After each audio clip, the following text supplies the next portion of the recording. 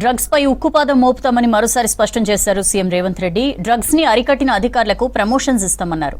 ఇక సినిమా నటీనటులు షార్ట్ వీడియోస్తో అవగాహన కల్పిస్తేనే సినిమాలకు రాయితీలు ఇస్తామని కండిషన్ పెట్టారు.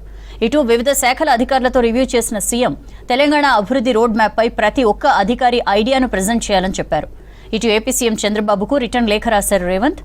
ఈ నెల 6న ప్రజాభవన్లో విభజన సమస్యలపై చర్చిద్దామని ఆహ్వానించారు.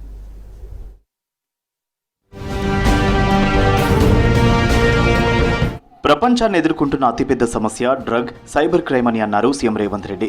సైబర్ నేరాలను అరికట్టడంతో పోలీసులు సమర్థవంతంగా పనిచేస్తున్నారని అన్నారు. డ్రగ్స్ మహమ్మారిపై ఉక్కుపాదం మోపుతామన్నారు రేవంత్ రెడ్డి.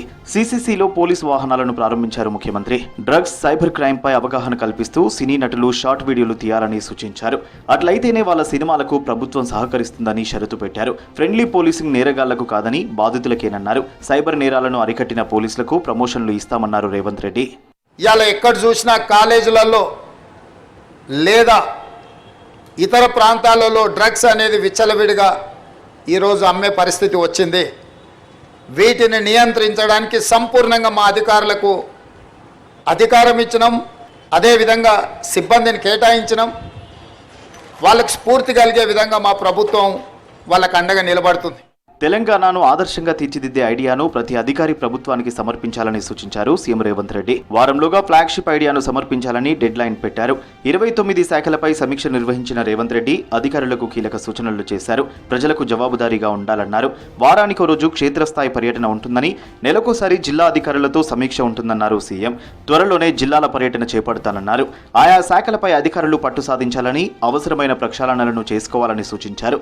ఉమ్మడి రాష్ట్రం నుంచి ఇప్పటి వరకు పలువురు ముఖ్యమంత్రులతో పనిచేసిన అధికారులు ప్రస్తుతం ఉన్నారని, వాళ్ళ అనుభవాలు ప్రభుత్వానికి చాలా అవసరమన్నారు రేవంత్.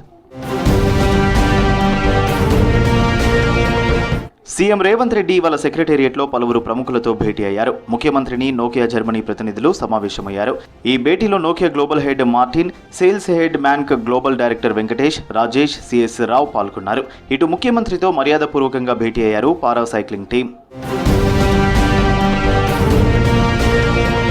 సీఎం రేవంత్ రెడ్డితో Congress party AP chief Sharmila భేటీ అయ్యారు. జూబ్లీహిల్స్లోని ఆయన నివాసానికి వెళ్లిన షర్మిల ఈ నెల 8న జరగనున్న వైఎస్ రాజశేఖర రెడ్డి జయంతి వేడుకల్లో పాల్గొనాలని ఆహ్వానించారు. ఈ సందర్భంగా పలు అంశాలపై ఇద్దరు నేతలు చర్చించారు. ఇప్పటికే రాష్ట్రంలోని కాంగ్రెస్ ముఖ్యులను కలిసిన షర్మిల వైఎస్ జయంతి వేడుకలకు ఆహ్వానాలు అందిస్తున్నారు. శిథిలావస్థలకు చెందిన దేవాలయాల రక్షణ కోసం ఎండోన్మెంట్ అండ్ ఆర్కియాలజీ ఆధ్వర్యంలో జాయింట్ కమిటీ వేసింది ప్రభుత్వం. 5 సభ్యులతో కూడిన జాయింట్ కమిటీని దేవాదాయ శాఖ ప్రకటించింది.